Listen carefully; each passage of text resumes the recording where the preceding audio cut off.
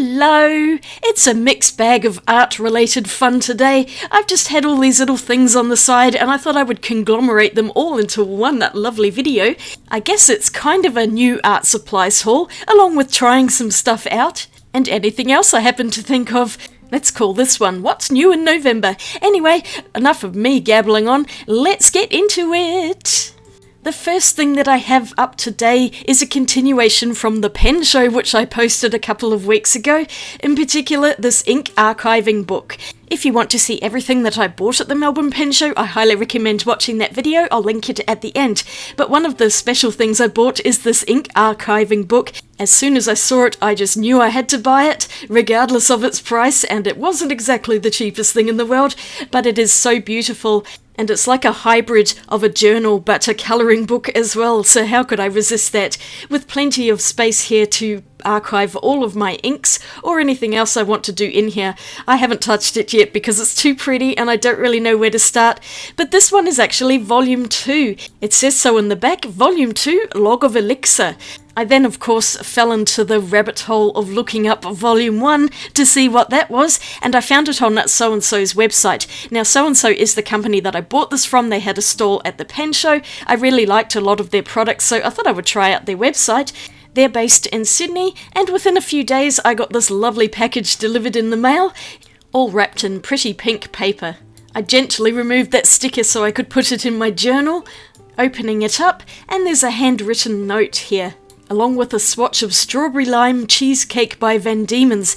I actually bought a Van Diemen's ink at the pen show as well, and I do love the shimmering ones, they're so pretty. So here's their business card, and I'll put their website up so you can check them out for yourself, especially if you're in Australia. They seem to be really good with their deliveries. And here we go, another box of the ink archiving book, plus another little goodie in there, which I will show in a moment. I was really hoping these weren't identical books, but that is definitely a blue sticker on the new one, whereas the first one I bought is a brown sticker. I'll just gently slice that open, and everything's so beautifully wrapped, and you'll be proud of me. I've actually put some of that packaging into the recycle bin and gotten rid of it out of my studio instead of hoarding it, because I hate to throw cardboard boxes out, but it really does accumulate and I have to throw them out every so often. So this new book has a lovely dark blue cover, but otherwise the design is identical to Volume 2, and I was just looking in the back to see if this was Volume 1. There is nothing that says Volume 1, so I'm guessing they didn't actually end up printing that on the first book. Maybe they were intending on only having one, but then they printed Volume 2. So this is the original ink archiving book, A Log of Atlantis. I'm guessing this one's more of a nautical theme, and I wasn't wrong there. I'll just flip through the book a little bit so we can see some of the designs. There are some amazing pictures in this book as well, and I really like it. I'm so glad I bought it. Yes, they were pretty expensive, I'm not going to lie about that. More than I would normally buy for a book like this, but they're just so unique, and I've never seen anything like them, and I thought, you know what, I'm just going to get both of them and be happy with that, because I knew if I didn't, I would regret it if I couldn't find them later down the track. There weren't that many places that I could find that stock these, so I thought, get it while the opportunity is there. Even if I put them on my bookshelf for a little while before I decide to use them, they'll look pretty on my bookshelf at least. But let me know in the comments what do you think I should do with these, because I'm a little bit nervous to start them. Should I add only ink? Or do I add maybe watercolours to one of them, possibly the Atlantis one being water themed? I'm just not too sure how much this paper is going to hold up to water. I don't want to buckle it and ruin it, so that's why I'm a little bit nervous about putting anything in them. It's one of those situations where I bought something and then I don't really know what to do with it, but I know I will do something eventually. I've noticed some of the designs do repeat, but I'm not too worried about that because it is meant to be more of a journal rather than a colouring book with all entirely different pages, and I might like to colour the same picture with different colours and just see how they turn out. This volume has quite a lot of pages like this at the end where I could probably individually swatch out the inks that I have and then write little notes about them. I'm sure one book would have been more than enough, but I'm kind of glad I bought them both because they do look lovely together, and I'm really hoping they don't put out more volumes because I'll be so tempted to get them. I'm going to definitely put those on my bookshelf though because they're lovely. The other item that I bought in the box is some ink, and I got it because it pushed it up to free shipping, but it's also something I've been wanting to get a while, and I've had this set of Schrödinger and Cat for ages. Now, the Schrödinger bottle is very big, there's no way I'm running out of that ink anytime soon, but this little Cat one is mostly empty now, and it's a glistening ink, or a shimmering one, which I really like. You can see all the shimmer that's settled to the bottom of it. I've only got about that much left in the bottle. I bought that pair of inks quite a few years ago now, and it's by Colorverse, which I think is a Korean company. They released Cat as a separate bottle of ink, so I thought I would get one, and this is larger at 30ml rather than 15ml. I do wish it was a 60ml bottle like the Schrödinger one, but 30ml is the only size this comes in, so I guess that's what I'm going to have. After a mandatory struggle with the packaging, let's get the bottle out. It's so cute. I do like that design as well, and I'm just really happy I was able to get another bottle of the Cat ink without having to buy the pair again and having a second huge bottle of Schrödinger. That would have been annoying. And of course it's a chance to use some of my Army Painter mixing balls, stainless steel ball bearings, but I bought these ones because I know that they are not going to tarnish. They've been extensively tested apparently. Dropping a ball bearing into the ink makes it so much easier to agitate that mica from the bottom of the bottle and get it actually mixed into the ink itself. I can mix it gently rather than having to shake it vigorously, which prevents a lot of air bubbles from forming inside the ink. Going back to the pen show stuff, and here's where I swatched out all the inks from it, but I'm just going to put the others on the opposite page, and this stamp I bought ages ago. I don't remember exactly where it was, some Asian shop. It's so cute. It has permanent ink, so it's waterproof, and it just easily stamps on there. A cat stamp for a cat ink. I just know someone will ask what the Schrödinger ink was like, so I'll put in a second stamp and I'll swatch out Schrödinger as well. It's not like I don't have the space for it.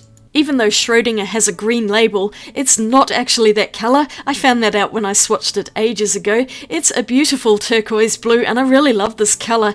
It doesn't have any shimmer in it. It's a standard ink, but it's very vibrant and vivid. Now for the Cat one, and of course this one's got the shimmer, so I better make sure it's all agitated and there's plenty of that shimmer in the ink itself. Swatching it now, you can't really see much of it. It's one of those things where you have to wait for the ink to dry so that the shimmer can kind of settle. Then once they've dried, here's what they look like. The shimmer is really apparent now in the Cat. It's so pretty, and I'm really happy I managed to get a second bottle, so now I'm not eking out the other one because I didn't have much left. And now it's time to move on, opening the next installment of the Matisse subscription box. I've been receiving this every 2 months for the whole year, and this is the 5th box. There's one left to go after this one. It comes with some small tubes of paint and also an accessory. This time it's a tube squeezer and a pokey tool. I had seen them advertising it and I was really hoping it was going to be in the box. They didn't disappoint me. I don't have any other tube squeezers in the studio, so this is something I actually did need. And it's got a tube seal puncher on the end. Let's get into the box. I had tried to do so earlier and managed to rip it, so I thought I'd better wait until I was on camera. So inside the box are 3 tubes and some instructions as to what they are. The first is an experimental colour. This one is blue, and then we have some sort of medium, and we've got a clear sealer this time. And the third one is a colour that's already in their range. This one is permanent orange. Taking a look at the notes here, this month's sample one is formulated with PB36 pigment. It's a cerulean blue. Then they have a much larger write-up on their existing colour, permanent orange. Pause that if you want to read it. It does mention that the orange works well with the blue, so that should be interesting. And the last thing is the clear sealer, and instructions on how to use it. It goes on all kinds of surfaces, including concrete, also wood, terracotta, glass, metal, plastics, melamines, and stone. This last one reminded me of something. I have these stones that I found at a beach. They're very, very porous looking and rough. They definitely need a sealer on them before I even attempt to paint with them, so I'll have to try that sealer out.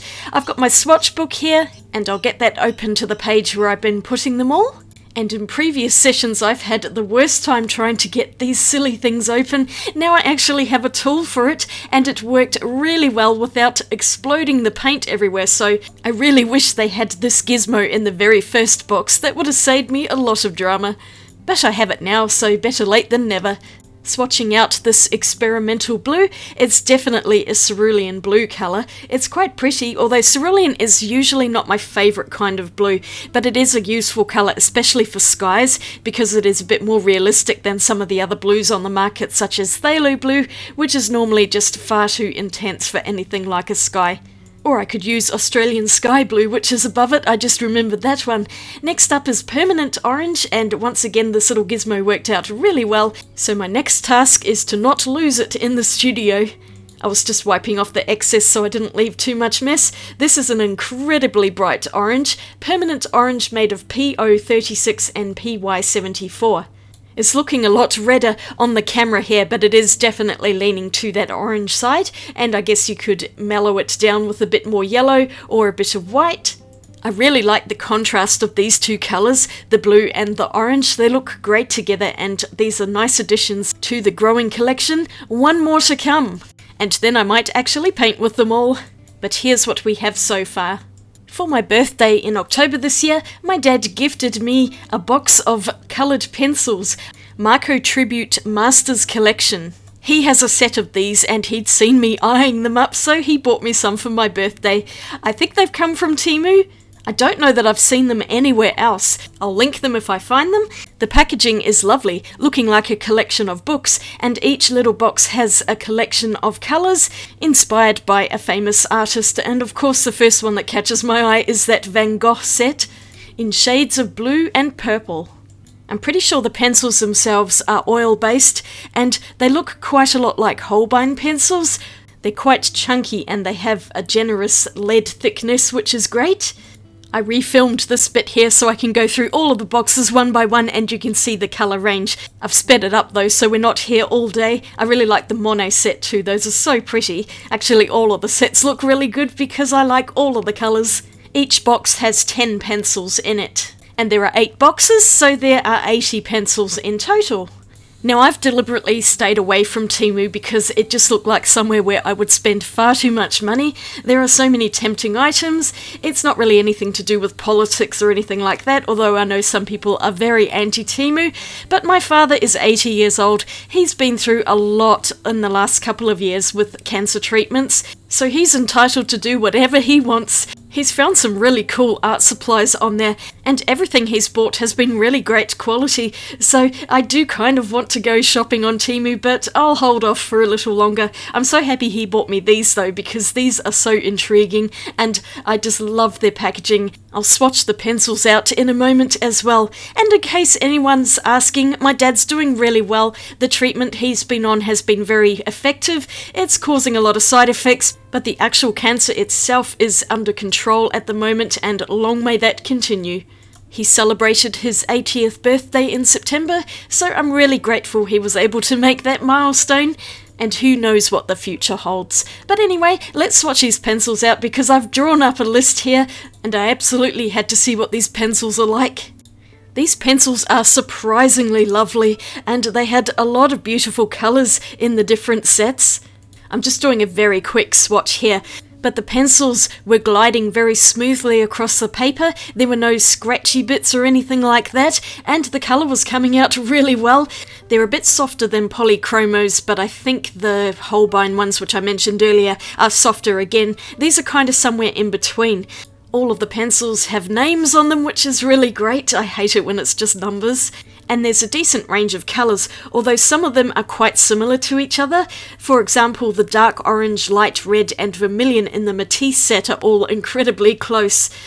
But other than that, I think there's still a nice range of colours and there's plenty to use. I think I'll be mostly using these in my colouring books because they look like they're going to go nice and smoothly on the smooth colouring book paper. I really love those turquoise colours in the Cézanne box. I think those are beautiful. I somehow managed to mix up peppermint and moss green, so I'm just fixing that up now. That's the peppermint going down now. That's so annoying, but I was not in the mood to redo this. I had a really bad hay fever this day and I was not feeling well. Swatching is about the only thing I could get done. I didn't actually do any colouring, so let me know if you want to see me colour with these pencils in a future video, but for now, here's the little swatch that I did with all of my little messes. That's just going to drive me crazy. I might do that one again. To be fair, I had been sneezing and my nose had been running the entire day and I was just not a happy camper. It's amazing I got anything done at all this day. But on a closer look you can see that the colours are nicely pigmented and saturated. There were no bad pencils in the box, all of them worked perfectly well. And overall, it seems like a pretty high quality set. Now, I couldn't tell you anything about light fastness, I'm not even going to worry about that. I would go under the assumption that there are colours in here that are not going to be light fast, but I'm going to be using them in colouring books and maybe sketchbooks, so they're not going to be exposed to sunlight at all, and that becomes not a problem. Oh yes, and I did swatch the white out on black paper so we could see it. I'd love to know your thoughts in the comments about this pencil set though. And thank you, Dad, for my lovely birthday present. Here's something I was sent by Stuart Semple's company Culture Hustle in the UK, and ignore the stamp rally thing, I was just covering my address there.